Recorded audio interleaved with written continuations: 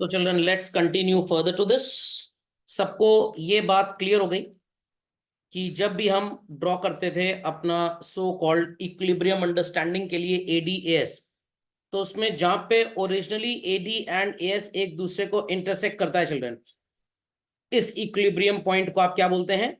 Full employment equilibrium. इसके पहले वाले को आप बोलते हैं अंडर एम्प्लॉयमेंट और इसके आगे वाले को बोलते हैं over employment equilibrium. Over employment equilibrium की बात करें तो इसका यह मतलब होता है कि आपको अगर मार्केट में इक्विलिब्रियम चाहिए तो आपको रिसोर्सेस को और अप्लाई करना पड़ेगा, लोगों को सैलरीज देनी पड़ेंगी, इनकम देनी पड़ेगी, ताकि वो एक्सेसिवली प्रोड्यूस गुड्स को बाजार में जाके खरीदें, तो जो मार्केट में डिफ्लेशनरी गैप है पूरी तरह से खत्म हो जाए। तो ऊपर इक्विलिब्रियम के आगे एक तो ओवर एम्प्लॉयमेंट इक्विलिब्रियम नजर आता है। Got it clear? इसका मतलब ये होता है कि आपको अगर इक्विलिब्रियम क्रिएट करना है, पे पीपल मोर सैलरी और do something that people are induced to spend what they have earned, ताकि जब वो बाजार में जाके चीजों को खर्च करें तो जो एक्सेस सप्लाइड गुड्स हैं वो पूरे के पूरे डिमांड में कन्वर्ट हो जाएं, और इसीलिए उस एरिया को आप डिफ्लेशनरी गैप बोलते हो। तो over employment equilibrium is a process which is to be done so that वो डिफ्लेशनरी गैप जिस वजह से हुआ है, that is supply more and demand less, वो कवर अप हो जाए। तो ये कभी मत बोलिएगा कि ओवर एम्प्लॉयमेंट इक्विलिब्रियम से डिफ्लेशनरी गैप होता है, या डिफ्लेशनरी गैप को कंट्रोल करने के लिए so called over employment equilibrium कर दिया जाता है। ऐसा कुछ नहीं है, दोनों इंडिपेंडेंट ऑफ ईच अदर है। तो situation where supply is more and demand is less, AS ज्यादा है एडी कम है।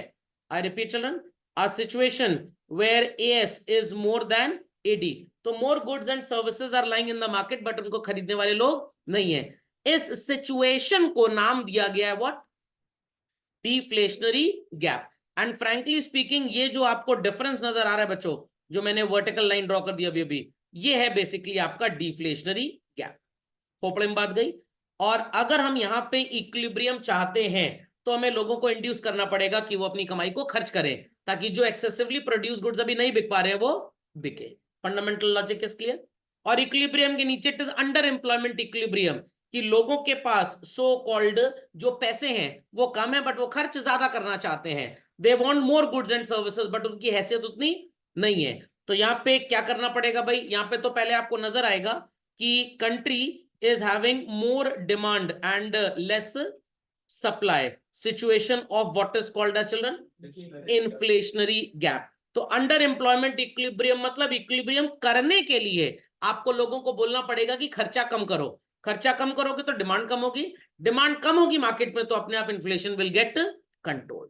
तो ये बात सबसे इंपॉर्टेंट याद रखनी, क्योंकि एमसीक्यू में बड़ा कंफ्यूजन होता है बच्चों को। फुल एम्प्लॉयमेंट इक्विलिब्रियम कहां पे होगा? जहां पे ओरिजिनल एडी ओरिजिनल एएस को इंटरसेक्ट करेगा। उसके पहले अंडर एम्प्लॉयमेंट इक्विलिब्रियम जहां पे एडी वन नीचे आ जाएगा, उसके बाद ओवर एम्प्लॉयमेंट इक्विलिब्रियम जहां एडी टू मैं बोल रहा हूं ऊपर चला जाएगा। Over employment equilibrium and deflationary gap वाला एरिया एक ही है, दैट इज ओरिजिनल इक्विलिब्रियम के आगे। अंडर एम्प्लॉयमेंट इक्विलिब्रियम और इन्फ्लेशनरी गैप वाला एरिया एक ही है, दैट इज ओरिजिनल इक्विलिब्रियम के पीछे। ये बात सबको समझ में आ गई? चलिए, so everybody understood inflationary gap क्या होता है, डिफ्लेशनरी गैप क्या होता है।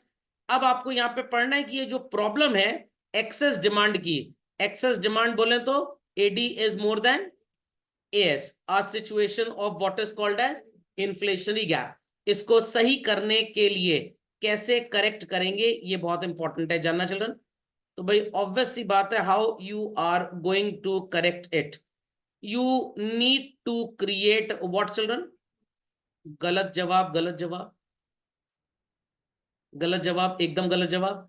आपको सो कॉल्ड इस इन्फ्लेशन को सही करने के लिए सप्लाई ठीक करना पड़ेगा। डायरेक्ट कॉन्सिक्वेंस है ना भाई। सप्लाई कैसे ठीक होगी? सप्लाई तब ठीक होगी जब आप मोर गुड्स एंड सर्विसेज प्रोड्यूस करेंगे। मोर गुड्स एंड सर्विसेज कैसे प्रोड्यूस होंगे? जब मोर एम्प्लॉयमेंट होगा।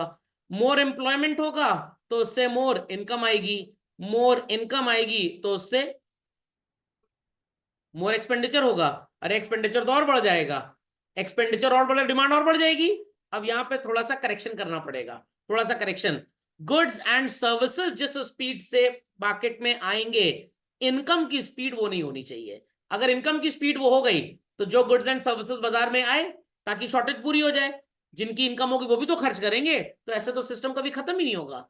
तो आपको गुड्स एंड सर्विसेज को बहुत ज्यादा मैसिवली प्रोड्यूस करना पड़ेगा, मतलब शॉर्ट रन में बहुत ज्यादा आउटपुट क्रिएट करना पड़ेगा कि मार्केट में खर्च करने वाले जो लोग जा रहे हैं उनसे जाने से पहले गुड्स पहुंच जाए मार्केट में। Is that understood well? पक्का? कंफर्म? चलिए, तो let's proceed further children.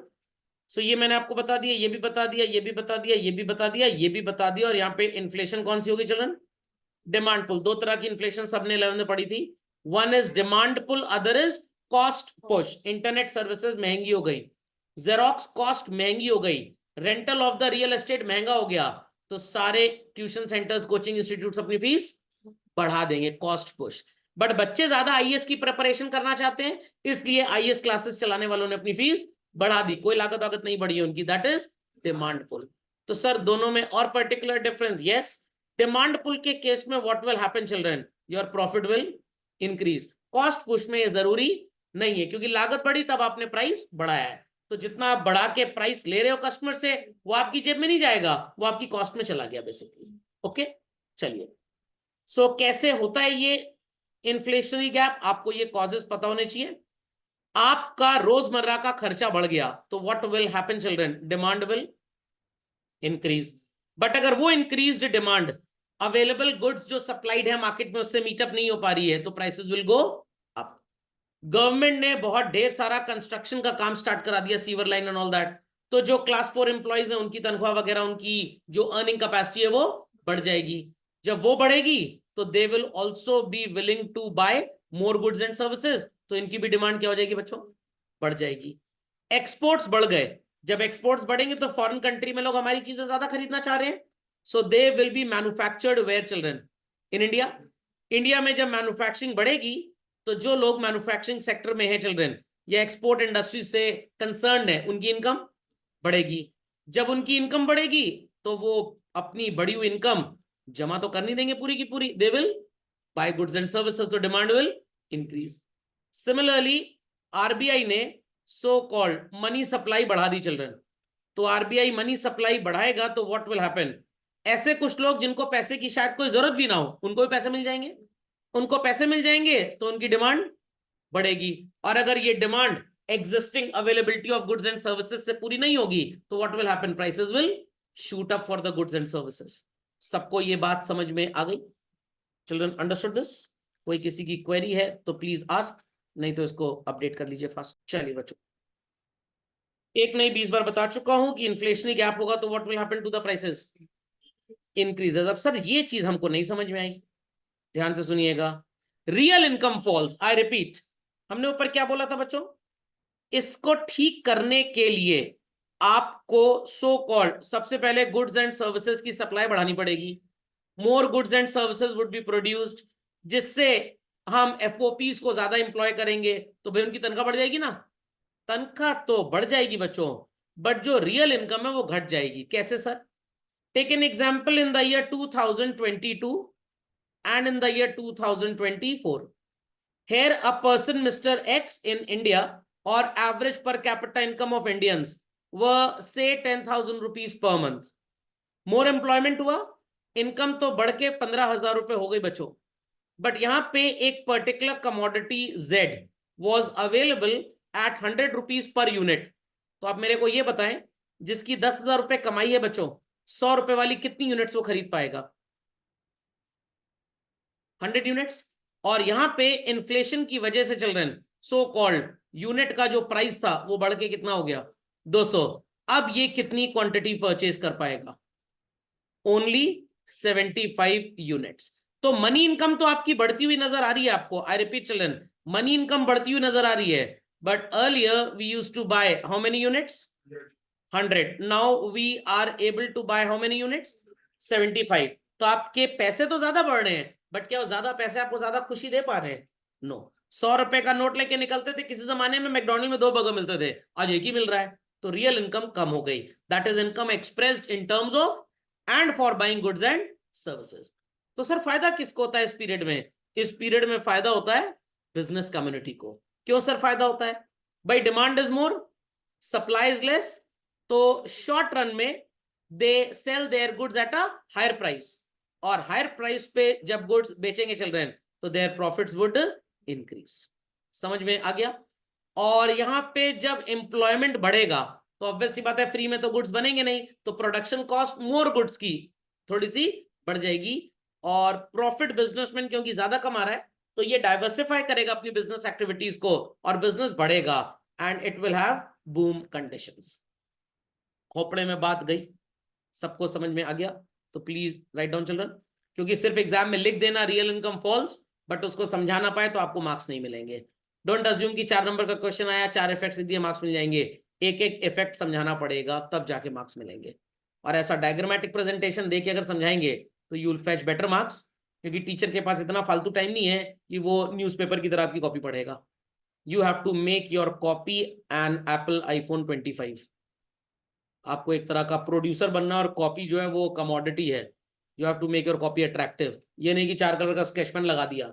Attractive by content, attractive by appearance नहीं होना चाहिए। चलिए आते हैं बच्चों सो कॉल्ड थोड़ा सा इक्विलिब्रियम के पीछे। तो समझ में आ गई बात? पीछे आते हैं मतलब इसके पीछे पड़ जाते हैं। ओवर एम्प्लॉयमेंट इक्विलिब्रियम करवाना है तो लोगों को खर्च ज्यादा करवाना पड़ेगा, नहीं तो कंट्री में सप्लाई ज्यादा रहेगी। लोग बड़े चतुर हैं, चंट टाइप के हैं, कंजूस टाइप के हैं और पैसा खर्च कर नहीं रहे हैं, तो उनको थोड़ा इमिटेशन इफेक्ट वगैरह दिखाना पड़ेगा ताकि वो खर्च ज्यादा करें। सो दैट मार्केट में जो एक्सेसिव सप्लाई गुड्स की हो चुकी है चिल्ड्रन, वो एक्सेसिव सप्लाई डिमांड में कन्वर्ट हो जाए। तो AD is to go downwards. आपको बोलेंगे हम कि भाई आप खर्चा अपना ज्यादा करो। अभी सर आप कह रहे हैं खर्चा ज्यादा करो, मैं करेक्शन बता रहा हूं आपको, व्हाट आई एम टेलिंग। और यहां पे क्या लिखा हुआ है? प्रॉब्लम, लोगों का खर्चा कम है। AD shifted downwards, it has to shift upwards. Got it clear? तो इस गैप को क्या बोलेंगे चिल्ड्रन? Deflationary gap. तो व्हाट इज हैपनिंग हियर बच्चों? सिंपल सी बात है, चीजों के दाम कम हो रहे हैं। क्यों कम हो रहे हैं? बताए ना, लोग बड़े चतुर चंट है, पैसा ही नहीं खर्च कर रहे हैं, सोच रहे हैं फ्री में सब कुछ आ जाए। तो इन दैट केस जब लोगों का एक्सपेंडिचर कम होगा, गवर्नमेंट का भी एक्सपेंडिचर कम होगा, तो मार्केट में demand will go down. Goods are already produce there. चलिए सरकार तो कुछ दिन झेल लेगी, बट बाकी लोग क्या करेंगे? तो बाकी लोग पैसा तो खर्च कर नहीं रहे हैं। बिजनेस कम्युनिटी क्या करेगी बेचारी? गवर्नमेंट को तो चलिए टैक्स आज नहीं मिला कल को मिलेगा ही मिलेगा, थोड़ा नोट वोट छाप के 5 साल की मेहमान है गवर्नमेंट। बिजनेसमैन को तो बेचारे को लॉन्ग टर्म बिजनेस कर रहा है, वो अपने गुड्स को सेल करने के लिए प्राइसेस को क्या करेगा चिल्ड्रन? कम कर देगा। Is that understood? तो प्राइस कम होगा तो फिनोमेना किसका बन जाएगा चिल्ड्रन? रिसेशन का। और अल्टीमेटली सामान किसको सस्ता मिलेगा? समझ में आ गया? कंज्यूमर्स को। तो कहानी सुनी होगी 2 बिल्लियों की लड़ाई में फायदा किसका हो गया? बंदर का। नहीं सुनी वाली स्टोरी? 2 बिल्लियां रोटी के टुकड़े पे लड़ रही थी। बंदर कह रहा है लो मैं इसको आधा आधा बांट देता हूं। तो बंदर ने रोटी आधी की और रोटी कैसी टूटी आधी? रोटी ऐसी टूट गई। तो बंदर कह रहा है एक हिस्सा बड़ा हो गया एक छोटा हो गया, मैं खा लूं। कह रहा अब ये छोटा हो गया बड़ा हो इसको खा लूं। तो अल्टीमेटली बंदर पूरी रोटी खा गया। फॉल इन एक्सपोर्ट्स, क्योंकि हमारी कंट्री में सो कॉल्ड, अब ध्यान से सुनिए बच्चों मेरी बात, हमारी कंट्री में सप्लाई ज्यादा है और डिमांड कम है। विदेश में भी यही हो रहा है, उनके देशों में भी सप्लाई ज्यादा और डिमांड कम। उनका अपना सामान नहीं बिक रहा, will they be buying from us? No, not at all. तो जब एक्सपोर्ट कम हो जाएगा तो ऑब्वियस सी बात है ये पोर्शन ऑफ गुड्स जो एक्सपोर्ट हो जाता था अब वो भी नहीं बिक रहा है, तो उसका स्टॉक भी एक्सेस हो गया। और यहां पे आरबीआई भी क्या कर रहा है? मनी सप्लाई को डिक्रीज कर रहा है। तो लोगों के पास जब पैसा ही नहीं आएगा, will they be able to buy? Absolutely not. समझ में आ गया? तो अल्टीमेट इफेक्ट, मैंने फर्स्ट इफेक्ट आपको बता दिया, परचेजिंग पावर इंक्रीजेस। पुराना एग्जांपल फिर से ले रहा हूं चिल्ड्रन, ये 200 रुपए नजर आ रहा है, चलिए using green colour to represent, ये गिर के हो गया बच्चों लेटर से 75 रुपए। अब हम कितनी यूनिट्स खरीद पाएंगे? 200 यूनिट्स। तो परचेजिंग पावर बढ़ गई। तो एमसीक्यू में आपसे पूछ सकते हैं डिफ्लेशनरी गैप के केस में what happens to the purchasing power. 90% बच्चा बोलेगा सिलेबस के बाहर से क्वेश्चन आ गया है, क्योंकि जब आप एनालिटिकल बेस्ड पढ़ाई करेंगे तब आप एमसीक्यू को अटेम्प्ट कर पाएंगे। ऐसा नहीं कि भाई अमिताभ के आगे सरनेम क्या लिखा है, बच्चन है, सच्चन है, कच्चन है कि टच्चन है, या नन ऑफ दीज। तो एमसीक्यूज आर वेरी टफ, उन बच्चों के लिए नहीं होते हैं जिन्होंने बड़ा एनालिसिस करके पढ़ाई किया होता है। और अब जमाना बदल रहा है, तो आदत डाल लीजिए। 11th में नहीं डाल पाए तो 12th में डाल लीजिए, क्योंकि आगे की ग्रेजुएशन की पूरी पढ़ाई भी ऐसे ही होनी है। Got it clear? ये नहीं कि 4 पॉइंट रटे और लेके चले आए वहां पे बस। तो full understanding should be there. समझ में आ गया एग्जाम्पल सबको? फर्म्स प्रॉफिट्स फॉल और जीरो, जीरो किन के लिए होगा बच्चों? New entrants. अब ये क्या होते हैं सर? जो अभी अभी बाजार में आए हैं। और फॉल किसके लिए होता है चिल्ड्रन? Old businesses. तो पुराना बिजनेसमैन बेचारा कम कमाएगा और नया वाला तो गई भैंस पानी में। समझ में आ गई बात? समझ में आ गई बात? अभी हमारे घर के बगल में 2 साल पहले किसी ने नया घर बनवाया था। बस 2-4 घर छोड़ के, आप बोल सकते हैं नियर बाय लेन में गृह प्रवेश वगैरह किया था, ढेर सारे लोगों को बुलाया था। गवर्नमेंट ने तोड़ाई पोड़ाई चालू कर दी कुंभ के चक्कर में प्रयागराज सिटी में। जितना एक्स्ट्रा बनवाया था सब टूट टाट गया, कोई पैसा भी नहीं मिला। समझ में आ गई बात? तो ये न्यू एंट्रेंट थे। और जो पिछले 25 साल से सरकारी प्रॉपर्टी सो कॉल्ड क्या बोलते हैं उसको, हड़प के नहीं कब्जा करके बैठे हैं, उनका MUX मोर देन PX हो चुका है। चलिए डन चिल्ड्रन? Done everybody? तो कैसे भाई इन चीजों को ठीक किया जाए? अब यहां पे मैं आपको एक जवाब दे देता हूं। Refer RBI's credit control measures. ठीक, ध्यान से सुनिएगा बच्चों। बैंक रेट और repo rate, reverse repo rate, सब में बड़ा कंफ्यूजन रहता है। स्टेट बैंक ऑफ इंडिया को RBI उधार दे रहा है क्योंकि उसे पैसे की जरूरत है। इस रेट ऑफ इंटरेस्ट को जिस रेट पे उधार दिया गया is known as repo rate. अब HDFC बैंक के पास 50 करोड़ रुपए एक्सेस आ गया, क्या करें? छत पे खड़े होकर लुटा दें पूरा पैसा? नो, वो RBI में अपना पैसा जमा कर देंगे।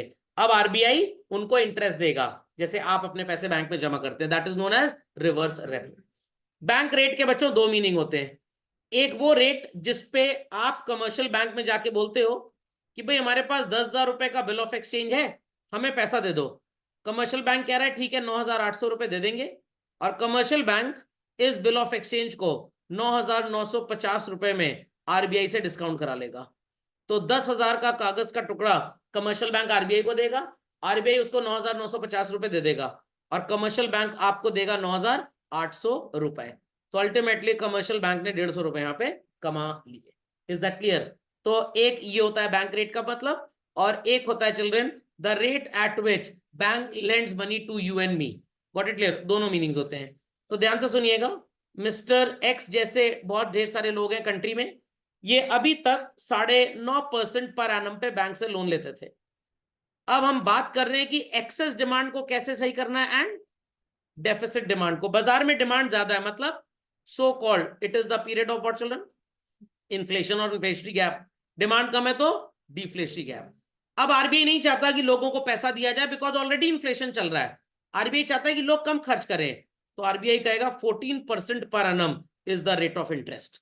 तो when rate of interest will go up, automatically काफी कम लोग बैंक से लोन लेने जाएंगे। बट अगर डिफ्लेशनरी गैप है, RBI चाहता है नहीं आके लोन ले लो भैया, पैसा खर्च करो, बाजार में दुकानदार बेचारा मक्खी मार रहा है, आत्महत्या कर लेगा तो पॉपुलेशन कम हो जाएगी। समझ में आ गया? तो in that case rate of interest कर दिया गया 7%। रेट ऑफ इंटरेस्ट कब हुआ? Many people will go to bank and start borrowing. वो बोरो करेंगे तो खर्च करेंगे। अब ये मत सोचिएगा सर हम बोरो करके सोच रहे लक्षद्वीप घुमाए, कॉर्डिलिया वालों का नया शिप भी अभी आया है। बैंक हर पर्पज के लिए लोन नहीं देता। कोई जाके बोले मेरे को सट्टा खेलना IPL में, लो जरा लोन दे दो, बैंक कहेगा लोन तो बाद में देंगे, पहले जेल करवा दें जरा तुमको।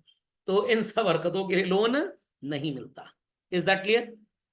CRR and SLR, cash component जो हर बैंक को रखना पड़ता है RBI के पास, और टोटल असेट्स का जो पार्ट बैंक को रखना पड़ता है RBI के पास, that is CRR and SLR।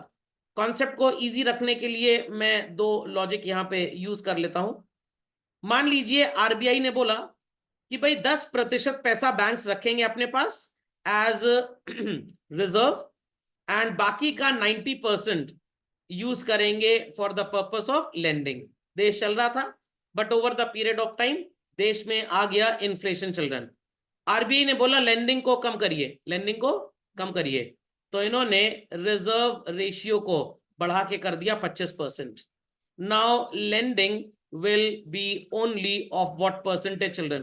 75%. तो people will be able to borrow less. तो inflationary gap के केस में ऐसा करेंगे। And what will happen in case of deflationary gap?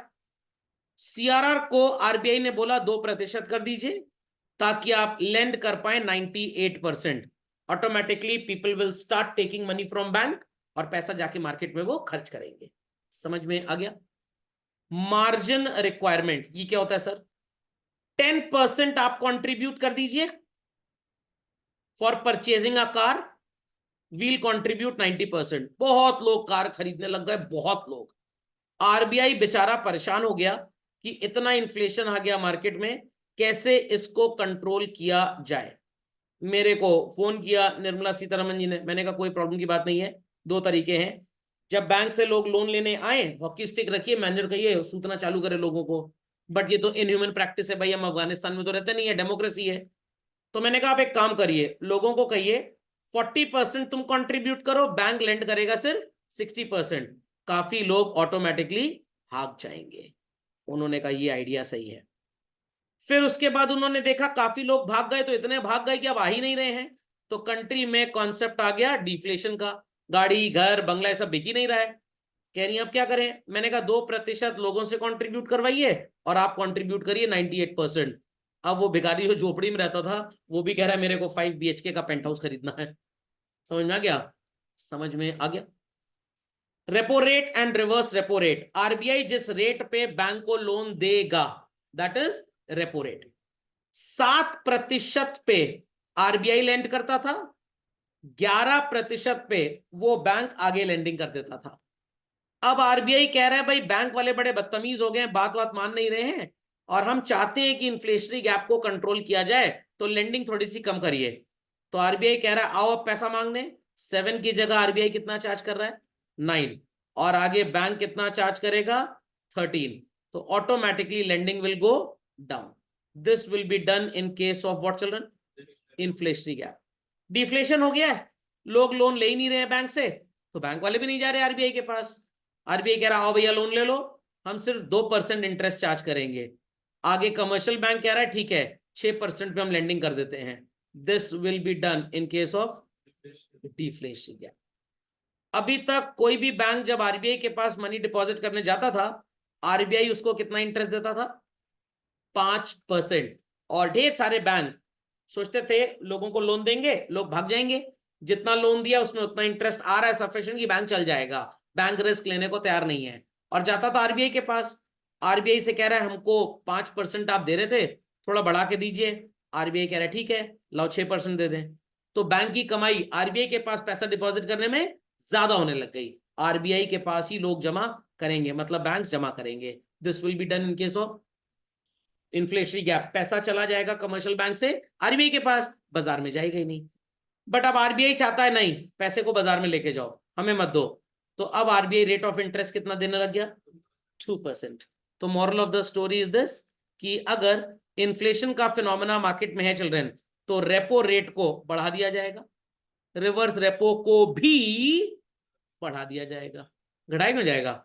ये 7 से 9 किया, ये भी 5 से 6 किया।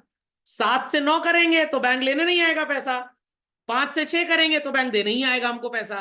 दोनों केसेस में बाजार में पैसे जाने नहीं है।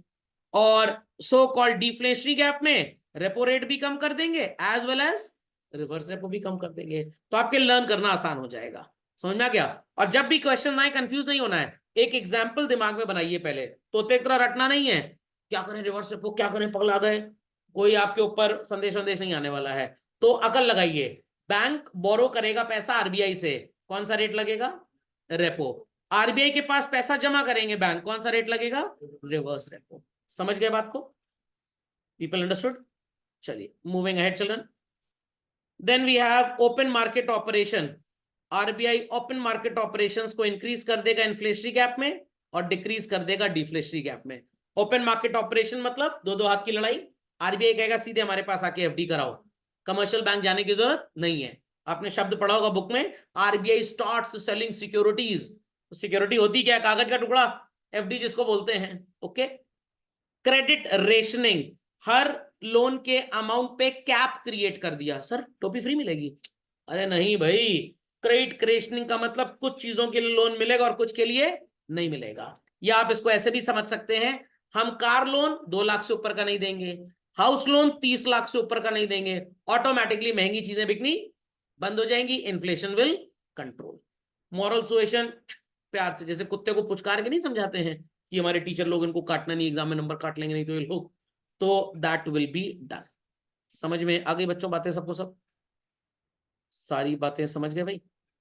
चलिए, यही सब मैंने प्रवचन दिया आपको, तो बार बार नहीं दूंगा प्रवचन। नेक्स्ट इज द फिसड्डी पॉलिसी नहीं है बच्चों, व्हाट? Fiscal policy. जिस पॉलिसी में मनी की सप्लाई पे ध्यान देता है, काम होता है आरबीआई का करने का, इट इज मॉनेटरी पॉलिसी। वो भी मिनिस्ट्री ऑफ फाइनेंस के अंडर में आता है। और जिस पॉलिसी के तहत टैक्सेशन मेजर्स कंट्रोल किए जाते हैं children, that is known as fiscal policy. जिसमें डायरेक्ट टैक्स कंट्रोल करता है central board of direct taxes, और इनडायरेक्ट टैक्सेस का भी ऐसा ही डिपार्टमेंट है। तो सबसे पहला फिस्कल पॉलिसी में आपको जो कदम नजर आएगा, दैट इज गवर्नमेंट एक्सपेंडिचर। बाजार में इन्फ्लेशन है देश में बच्चों, गवर्नमेंट अपना खर्चा कम करेगी।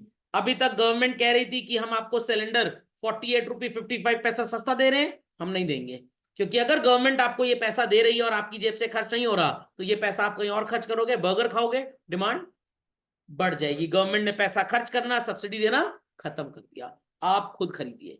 यूनिवर्सिटी की फीस, सरकारी यूनिवर्सिटी 2000 रुपए पर एनम है। स्कूल की फीस थी आपकी 1 लाख रुपए पर एनम, तो पापा का 98,000 बच गया। आप वापस कहेंगे आईफोन ले दीजिए मेरे को, आप इतना तो हमारे ऊपर खर्च कर ही रहे थे 12वीं तक में, तो एक्सपेंडिचर विल इंक्रीज। गवर्नमेंट कह रही है 1.5 लाख रुपए पर एनम यूनिवर्सिटी की फीस लगेगी। तो अब क्या आप महंगी चीजें खरीद पाएंगे? क्योंकि सरकार ने आपको फ्री में पढ़ाना बंद कर दिया। डिफ्लेशन के केस में गवर्नमेंट अपना एक्सपेंडिचर बढ़ाएगी ताकि लोग ज्यादा से ज्यादा अपने पैसे खर्च करें। टैक्सेस, इन्फ्लेशन के केस में टैक्स रेट बढ़ा देंगे या नए टैक्सेस इंट्रोड्यूस करेंगे। डिफ्लेशन में टैक्स रेट कम कर देंगे ताकि लोगों की जेब में ज्यादा ज्यादा पैसे इकट्ठे हों।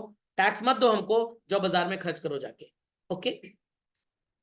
पब्लिक बोरोइंग, इन्फ्लेशन के केस में गवर्नमेंट पब्लिक से ज्यादा बोरो करेगी, ना रहेगा पब्लिक के पास पैसा, ना करेगी वो उस पैसे को खर्च। डिफ्लेशन के टाइम पे गवर्नमेंट पब्लिक से कहेगी ना ना ना ना ना रे, दलित मेहंदी जी का गाना भी था कि भाई पैसा हमको ना दो, बाजार में जाके खर्च करो। What is deficit financing? मैंने बोला ना, हर चीज का पहले मीनिंग समझिए। डेफिसिट फाइनेंसिंग तब होती है जब सरकार को मिलने वाले पैसे कम है और सरकार का होने वाला एक्सपेंडिचर ज्यादा है, जिसको आप डेफिसिट बजट भी बोलते हैं। तो यहां पे ऑलरेडी हमारा खर्चा ज्यादा हो रहा है, हमारी डेफिसिट फाइनेंसिंग बड़ी है, गवर्नमेंट क्या करेगी, इसको कम कर देगी। और डिफ्लेशन में बाजार में कोई सामान खरीद ही नहीं रहा है, गवर्नमेंट अपना पैसा देके लोगों से कहेगी जाओ खरीदो, तो डेफिसिट फाइनेंसिंग बढ़ जाएगी। तो डिफ्लेशन के केस में गवर्नमेंट माइट से बिजली का बिल हाफ, पानी का बिल माफ। तो जो बिजली के बिल के पैसे बच गए, आप उसको उल जलूल जगह पे बर्बाद कर सकते हैं। जो दुकानदार मक्खी मार रहा है, अब सो कॉल्ड सिक्के खनखने की आवाज आएगी उसके दुकान से। समझे बात को कि नहीं सब लोग? चलिए, तो ये बात सबको समझ में आ गई बच्चों? नेक्स्ट हमारा एक अच्छा सा एग्जाम्पल है, दैट इज मल्टीप्लायर। मल्टीप्लायर का इस बार 2024 में आईएससी बोर्ड में क्वेश्चन बड़ा आसान आया था। Change in investment, change in income सब कुछ दिया होता, बस कैलकुलेट करना था। सीबीएसई में थोड़ा डिफिकल्ट आता है बच्चों। मल्टीप्लायर का मतलब, अगर सरकार 1000 करोड़ का इनिशियल इन्वेस्टमेंट करती है और लोग अपनी बढ़ी हुई कमाई का एक सर्टेन परसेंटेज, जैसे आप एमपीसी बोलते हैं, मान लीजिए 0.2 भी है, मान लीजिए 0.8 है, तो 0.2 एमपीसी का मतलब बढ़ी हुई इनकम का 20% खर्च करेंगे। 0.8 एमपीसी का मतलब बढ़ी हुई इनकम का 80% खर्च करेंगे। तो कहां पे खर्चा ज्यादा है, कहां पे खर्चा कम है चिल्ड्रन? 0.8 में। तो ये 1000 करोड़ का अगर इन्वेस्टमेंट किया गया, तो 0.8 अगर एमपीसी होगा तो देश की तरक्की ज्यादा होगी, और 0.2 होगा तो देश की तरक्की कम होगी। एक छोटा सा एग्जांपल आपको दिखाता हूं, ध्यान से सुनिएगा। 1000 करोड़ रुपए का इन्वेस्टमेंट किसी XYZ ने किया। जब ये इन्वेस्टमेंट किया गया तो लोगों को एम्प्लॉय किया गया। एम्प्लॉय किया गया तो उनको रेंट, वेजेस, इंटरेस्ट, प्रॉफिट के नाम पे पैसे की बटैया की गई। Is that understood by all? समझ में आ गया? मैं 0.8 एमपीसी लेके चल रहा हूं, हम चिल्ड्रन, मतलब 80% of the income would be spent. तो दिस इज इन्वेस्टमेंट। इससे इनकम भी कितनी जनरेट होगी बाजार में बच्चों? 1000 करोड़ की। और लोग सो कॉल्ड कंजम्पशन कितना करेंगे? 800 करोड़। सेविंग लिखने की जरूरत नहीं, इसलिए फालतू में लिख नहीं रहा हूं। अब 800 करोड़ का ये लोग जो खर्चा करेंगे, कहां खर्चा करेंगे? चांद तारे खरीदेंगे, समुद्र से पानी खरीदेंगे, गुड्स एंड सर्विसेज खरीदेंगे। तो जिन लोगों ने पैसे कमाए, मान लीजिए मेरी फैक्ट्री थी, मैंने 1000 करोड़ रुपए के एफओपीज इकट्ठा किए, लोगों को हायर किया और उनको तनख्वाह दे दी, और गुड्स भी बनाए उन्होंने। मैक्रो इकोनॉमिक्स पढ़ रहे हैं, मैं जैसे गुड्स बना रहा हूं, मेरे ही गुड्स कोई ना कोई मार्केट में खरीदेगा, लोगों को इनकम मिली और उन्होंने अपनी इनकम का 800 करोड़ दैट इज 0.8 खर्च कर दिया, कितना बचा लिया? 200 करोड़। अब 800 करोड़ की जब इनकम कंट्री में आई चिल्ड्रन, तो लोग 800 करोड़ की डिमांड क्रिएट करेंगे, तो एंटरप्रेन्योर को फिर गुड्स एंड सर्विसेज प्रोड्यूस करने के लिए रॉ मटेरियल खरीदना पड़ेगा, फैक्ट्री लगानी पड़ेगी, what it clear, FOP hire करने पड़ेंगे, उनको ये इनकम मिलेगी। तो सो कॉल्ड 800 करोड़ के इन्वेस्टमेंट से कितनी इनकम आ गई? 800 करोड़। जिनको ये इनकम मिली वो कितना खर्च कर रहे हैं चिल्ड्रन? 0.8 that is 640। अब 640 करोड़ रुपए ये लोग खर्च जहां पे करेंगे, गुड्स एंड सर्विसेज खरीदेंगे, गुड्स एंड सर्विसेज ये खरीदेंगे तो कोई ना कोई इनको बनाएगा, बनाएगा तो फैक्ट्री में क्या करेगा चिल्ड्रन? इन्वेस्ट करेगा, एफओपीज में इन्वेस्ट करेगा, लैंड लेबर कैपिटल एंटरप्रेन्योर में, पॉकेट में तो काम करेंगे नहीं, लैंड के लिए कौन सी इनकम मिलेगी? रेंट, लेबर के लिए वेजेस, कैपिटल जिसने लैंड किया इंटरेस्ट, और एंटरप्रेन्योर क्या कमाएगा? प्रॉफिट। तो कंट्री में 640 करोड़ की क्या बढ़ गई चिल्ड्रन? इनकम। अब बच्चों जो 640 करोड़ की इनकम बटी है, again 80% of this would be spent. 512 crore so called income उन लोगों ने अपनी खर्च कर दी जिन्होंने कमाया कितना? 640 करोड़। अब जब इनकम इन्होंने सो कॉल्ड खर्च करने की सोची बच्चों, तो ये गुड्स एंड सर्विसेज खरीदेंगे, जहां से खरीदेंगे वो प्रोड्यूसर सो कॉल्ड इस डिमांड को पूरा करने के लिए फैक्ट्री में एफओपीज इकट्ठे करेगा, एफओपीज फ्री में तो काम करेंगे नहीं, तो एफओपीज को इनकम मिलेगी, और जिनको इनकम मिली अगेन लगभग 409.6 आ रहा है, तो मैंने 410 लिख दिया। वो फिर कितना खर्च करने की ख्वाहिश रखेंगे? 410 करोड़।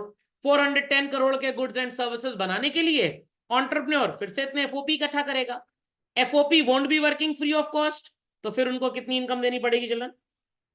410 करोड़। अब अगेन इसका 80% खर्च होगा that is 328 and so on children, ये चलता जाएगा। तो अभी तो मैंने 1 2 3 4 5 साइकिल ही कंप्लीट की है, तो आप जान सकते होंगे कितनी इनकम 5 साइकिल में क्रिएट हुई चिल्ड्रन। और ये जीरो जब तक हो जाएगा इनकम कितनी क्रिएट होगी, इसको कैलकुलेट करते रहे अगर आप, पूरी जिंदगी आपकी बीत जाएगी, कैलकुलेशन खत्म नहीं होगा। तो इन दैट केस हमें एक फिनोमेना चाहिए which is known as what? Multiplier. Is that clear children?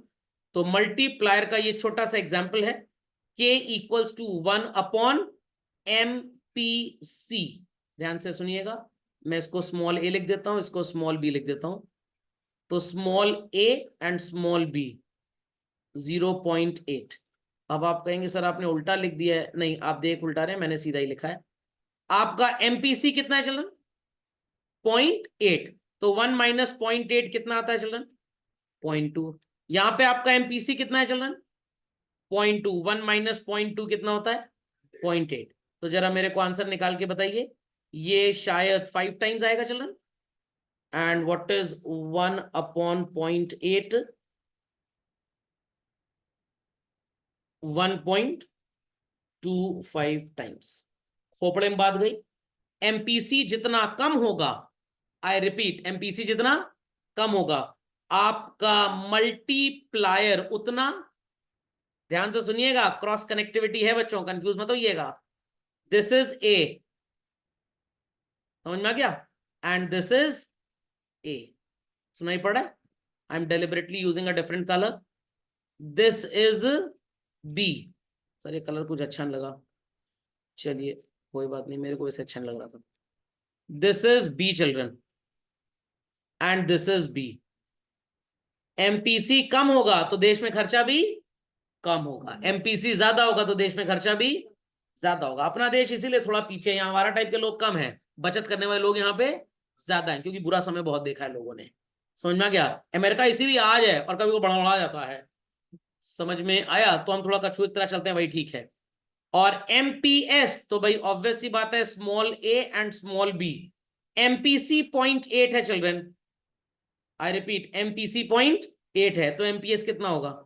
0.2। MPC 0.2 है तो MPS कितना होगा? 0.8। तो कहने का मतलब मल्टीप्लायर एंड MPC कैसे चलते हैं? पैरेलल चलते हैं। जितना ज्यादा MPC होगा मल्टीप्लायर उतना ज्यादा, और MPS एंड मल्टीप्लायर ऑपोजिट चलते हैं। समझ में आ गया? तो K is inversely related with MPS and K is directly related with MPC. नहीं समझे बात को? समझ में आ गया? पक्का? चलिए, तो ये बात क्लियर हो गई। लॉजिक क्या है? तो मैं एक किसान हूं, पेड़ वाला एग्जांपल याद रखिएगा, ड्यूरिंग द सेशन पढ़ाया गया था आपको। मैंने 10,000 रुपए खर्च करके एक पेड़ लगाया, खर्चा काटे पीटे उसके फल 30,000 में बिक गए। अब मैं 10,000 वाले कितने पेड़ लगा लूंगा? 10,000 का एक पेड़ लगाया, खर्चा काटे पीटे 30,000 में उसका फल बिक गया। अब मैं कितने पेड़ और लगा सकता हूं? 3। हर पेड़ फिर 30,000 की इनकम मेरे को दे रहा है, फिर कितने लगाएंगे? 3। 3 के मल्टीपल्स में चल रहा है, यही प्रैक्टिकली मल्टीप्लायर है। समझ में आया कि नहीं आया? पक्का? ये बातें क्लियर हो गई सबको? इसके ऊपर 101% गारंटी है, न्यूमेरिकल आएगा ही आएगा बच्चों को, इसको रोक नहीं सकता। चलिए, same example, is this understood well? तो MPC is higher, multiplier will be higher, MPS is higher, multiplier will be low. ये आपको दिखा दिया गया है। चलें आगे चलें। मिनिमम वैल्यू मल्टीप्लायर की 1 होगी, एंड क्यों ऐसा होगा? बिकॉज एमपीसी 0 से नीचे नहीं जा सकता। फॉरवर्ड वर्किंग जस्ट नाउ जो आपने देखा, बैकवर्ड वर्किंग मल्टीप्लायर पीछे की तरफ भी खिसकेगा। आप जितनी ज्यादा बचत करेंगे मल्टीप्लायर उतना पीछे आएगा, या जितनी इन्वेस्टमेंट विड्रॉ होगी, आई रिपीट चिल्ड्रन, जितनी इन्वेस्टमेंट विड्रॉ होगी, फैक्ट्री में पैसा लगाते जाइए, एफओपीज को हायर करते जाइए, गुड्स बनाते जाइए, लोगों को इनकम मिलती जाएगी, वो खर्च करते जाएंगे, तो मल्टीप्लायर बढ़ेगा। हर दिन आप लोगों को निकाल रहे हैं, अपने बिजनेसेस बंद कर रहे हैं, तो मल्टीप्लायर का रिवर्स चलता जाता है। ओके, चलिए, सबको समझ में आ गई भाई बात? ये तो ऑलरेडी मैं आपको बता चुका हूं, तो इसमें कुछ खास इसकी जरूरत है नहीं। Understood children everybody? These numericals we have already done. एक बार रिवीजन आप कर लीजिएगा इसका। सो चिल्ड्रन, इसी के साथ हमारा सो कॉल्ड मैक्रो इकोनॉमिक्स का रिवीजन होता है पूरी तरह से समाप्त। नेक्स्ट लेक्चर से we'll be starting with IED. ID में तो स्टोरी आपको सुनानी है, बट सुन लीजिएगा। चलिए, that's all for today children.